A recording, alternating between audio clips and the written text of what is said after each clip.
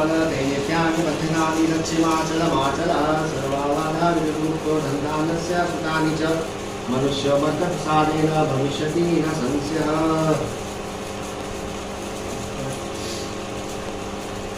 वीरभद्रो बलिराजा दानवेन्द्रो महाबल दैन्यत्यानि बध्नानि लक्ष्मीमाचलमाचल सर्वमङ्गल्ये शिवे सर्वार्थसाधिके शरण्ये त्र्यम्बके गौरी नारायणी नमस्तुते।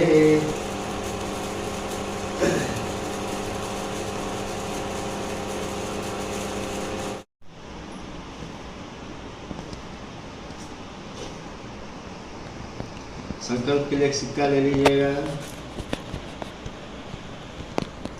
ओम विष्णु विष्णु तत्सत् श्रीमद् भगवतो महापुरुषस्य विष्णु प्राज्ञा पर्वतमानस्य श्री ब्राह्मणो द्वितीय प्रार्थे श्री श्वेतवाराह कल्पे सप्तमे वैवस्वतमनवन्तरष्टाविंशतितमे कलिजुगे कलिप्रथम चरणे भूलोके जम्बूद्वीपे भारतखण्डे भारतवर्षे आर्यावर्ते देशान्तर्गते वैष्णव झारखंड राज्ये वैष्णव क्षेत्रे जामताड़ा प्रमंडले निहिजाम नगरे आमबगान ग्रामे मासान्ना मासोत्मे मासे श्रावण मासे शुक्ल पक्षे पंचम्याम तिथौ सोमवासरे प्रातः काले एवं ग्रह गण गुण विशेषण विशिष्टायां शुभ पुण्य तिथौ अपना नाम और गोत्र ले लीजिएगा।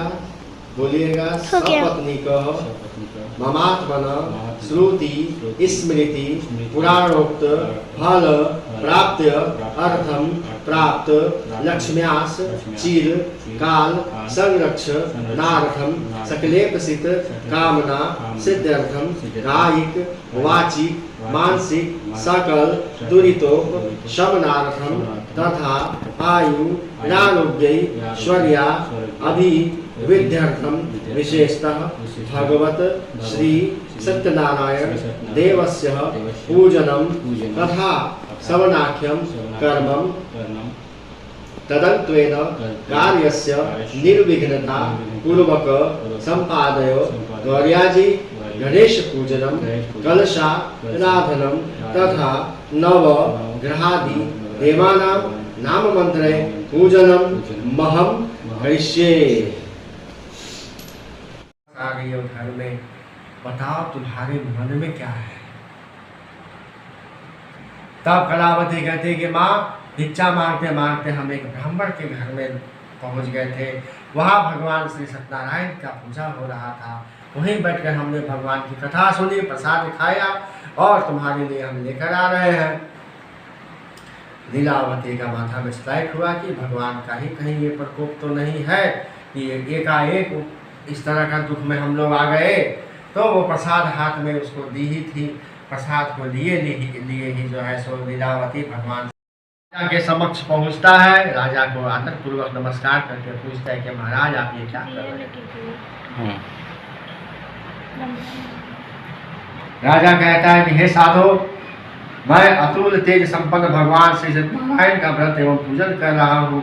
उन्हीं की कृपा से आज ये सब महान धन्य हमको प्राप्त हुआ है।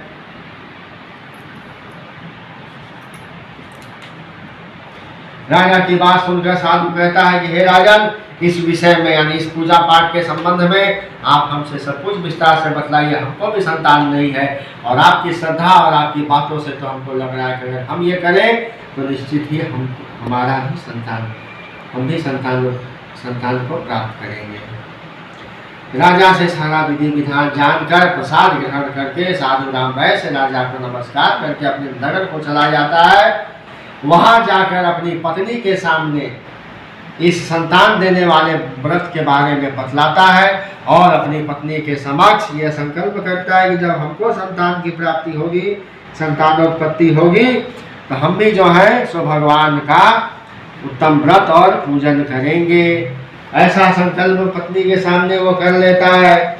एक दिन जो है उसकी यानी साधु राम वैश्य की लीलावती नाम की जो भार्या है यानी पत्नी है, सती साध्वी भार्या है, वो अपने पति के साथ आनंद चित्त से ऋतुकालीन धर्माचरण में प्रवृत्त होती है और भगवान की कृपा से, श्री सत्यनारायण की कृपा से उसकी वो जो भार्या है यानी पत्नी है, गर्भवती होती है।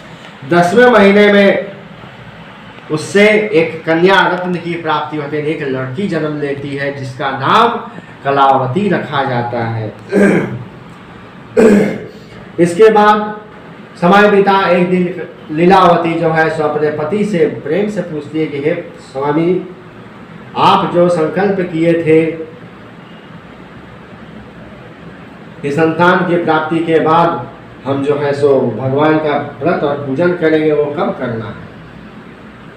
तब साधु राम जो है सो कहता है कि हे प्रिय, इसके विवाह के समय व्रत कर लिया जाएगा, अभी हम व्यापार में फंसे हैं, हम पूजा व्यापार में जा रहे हैं। और इस प्रकार जो है समय अपनी भली भांति को, अपनी पत्नी को भली भांति आश्वस्त करके साधु राम जो है सो नगर की ओर चला गया व्यापार करने। इधर कन्या जो है सो अपने पिता के घर में धीरे धीरे बढ़ने लगी, जैसे कि शुक्ल पक्ष में चंद्रमा बढ़ता है, उस प्रकार से लीलावती साधु राम वैश्य की जो पुत्री है कलावती, वो बड़ी होती रहती है। एक दिन जो है सो साधु राम वैश्य नगर में सखियों के साथ अपनी कन्या को क्रीड़ा करते हुए देखा, यानी खेलते हुए देखा, और विवाह योग समझकर आपस में मंत्रणा करके कि कन्या के लिए विवाह के योग्य एक श्रेष्ठ वर का अन्वेषण करो, ऐसा अन्वेषण यानी ढूंढ कर लाओ।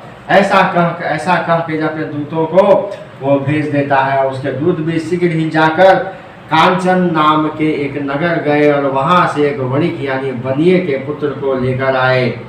साधु राम वैश्य जो है उस वणिक के पुत्र को यानी उस बनिए के लड़के को सुंदर और गुणों से संपन्न देखकर अपनी जाति के लोगों तथा बंधु बांधवों के साथ संतुष्ट चित्त हो विधि विधान से वणिक पुत्र के हाथ में कन्या का दान कर देते।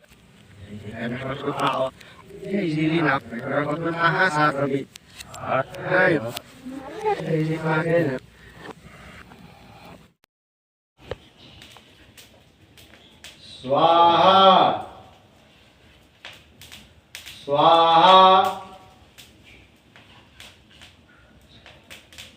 स्वाहा स्वाहा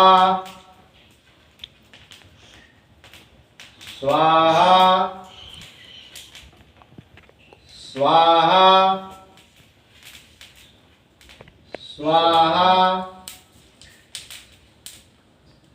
स्वाहा स्वाहा स्वाहा स्वाहा। ओम इष्ट देवताभ्यो नमः स्वाहा, स्थान देवताभ्यो नमः स्वाहा, वास्तु देवताभ्यो नमः स्वाहा, सर्वभ्यो देवेभ्यो नमः स्वाहा, सर्वभ्यो ब्राह्मणेभ्यो नमः स्वाहा।